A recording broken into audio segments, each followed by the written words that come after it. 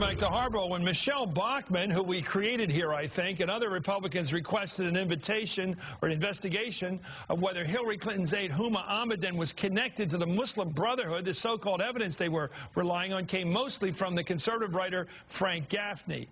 Gaffney sees himself as a Cassandra, warning of Muslim Brotherhood infiltration at the highest levels of our government.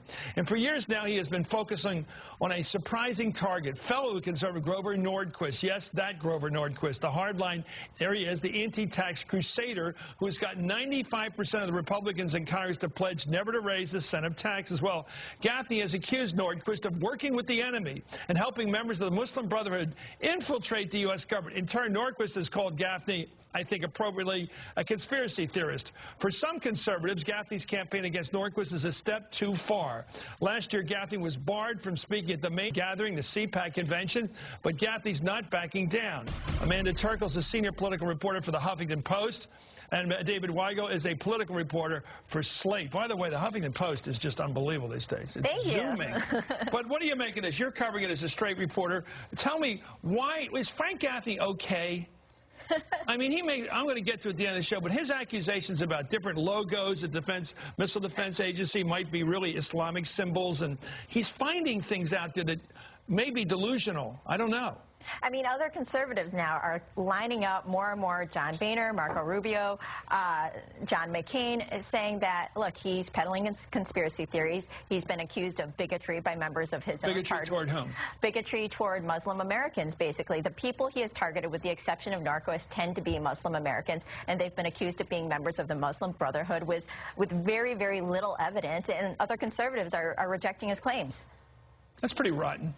You know, when I was in New York last week and you see people who work at the stands, they say they work all night at those food stands outside on the big avenues like 6th Avenue, and you see the prayer mats out at certain times of night, and they're praying, and they're like great Americans. They're trying to make it in this country with little background, you know, and they all feel, I don't know what they feel when they read this crap. And these everybody who's Islamic is a bag. All the Turkish Americans, everybody who comes from the Balkans, everybody has any background that might, even Europeans with Islamic background, anybody is now targeted by this stuff. These accusations have consequences, too. Someone that's been targeted by a lot of these accusations, he is an advisor to the Department of Homeland Security, has a security clearance, he has received death threats. Law enforcement had to come to his house, check out a suspicious package, so these don't go into a void. You know, a terrorist suspect, you said, and then you have people come on and say, oh, they're just investigating. People like Newt say, oh, they're just investigating. How would you like to be a terrorist suspect, a communist suspect? That's enough. Your thoughts? Oh, they draw these connections very, very broadly. Now, the Nordquist-Gaffney feud goes back a very long time. Gaffney was arguing that Nordquist introduced Bush to some very rotten people. Does he believe he's an agent of terrorists?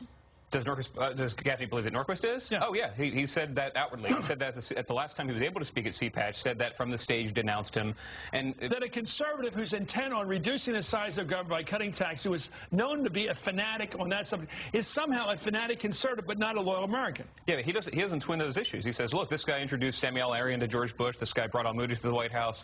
What was he lobbying for? And because people that Nordquist introduced Bush to years ago became entwined. Okay, the idiocy of this. All right, okay. And Huma Abedin, who's Hillary's very close friend, she's like deputy assistant, but she's very close. They travel together. Does anybody spot anywhere in Hillary's arguments a pro-Arab position? She's one of Israel's best friends in the world, and appropriately so. She's an American envoy. But what influence has been there? Well, yeah, if you look at Bachmann's letter, the things she cites are kind of minor. I mean, she cites that Tariq Ramadan was able to enter the United States. He's a pretty controversial scholar. He didn't enter before, but that was, you know, a policy that a lot of people agreed with. It's some of the moves that the Obama administration has made towards the Arab world. Look, the president's been pretty open about that. He ran on that. He ran on meeting with Iran. He ran on meeting with these.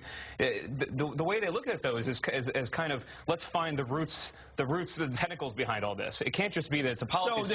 So the alternative strategy, basically, if you want America to be secure, you're a young woman, for the next 100 years, let's make enemies of all Arabs and all Islamic people. Let them all know they're persona non grata. That would be an appropriate strategy for winning hearts and minds in the world, right? Make sure they know we think they're the enemy. The sin Grover Nordquist has committed is basically trying to expand the conservative movement and bring more people like Muslim Americans into the conservative movement. And that's what Frank Gaffney seems to be upset about. He says that Grover Nordquist is basically expanding the influence of the Muslim Brotherhood and these sort of Islamic terrorists in the conservative movement. Well, sometimes the logic of Gaffney's charges can seem a little confusing. That's being pleasant. Listen to what institutions he said Nordquist was helping the Muslim infiltrate. It may surprise you. Let's watch what he's claiming is happening here. That became sort of the entry point for a number of Muslim brothers to work their ways into conservative circles, specifically to get into the Bush campaign, and subsequently the Bush White House and Bush administration generally. I was thinking of the movie The Beautiful Mind. I was thinking, you know, the guy has all these things on the wall, you know, and I'm thinking, he says the way that Gaffney, this evil man he's been spotting here and trailing, as he said, like Joubert for 12 years, was using the Bush, W. Bush, the most toughest in the Arab world president we've ever had, as somehow an agent of the Muslim Brotherhood. Yeah. It's transparently ridiculous. It's, again, based on something that's almost a dead letter. It happened 12 years ago. I mean, Norquist did facilitate. Where's the pro-Arab influence of George W. Bush out there? Kind of stopped after 9/11, didn't it? No, all this outrage stopped. I mean, but because that happened, and because Norquist continues to kind of fraternize with these people, he thinks it still might might still be relevant.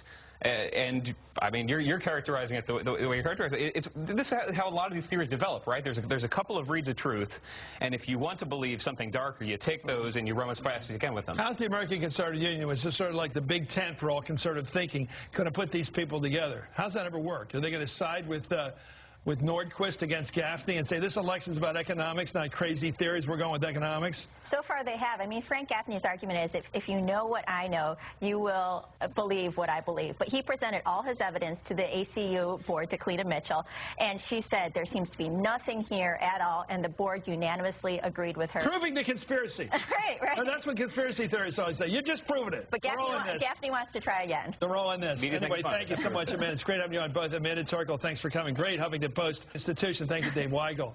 Up next.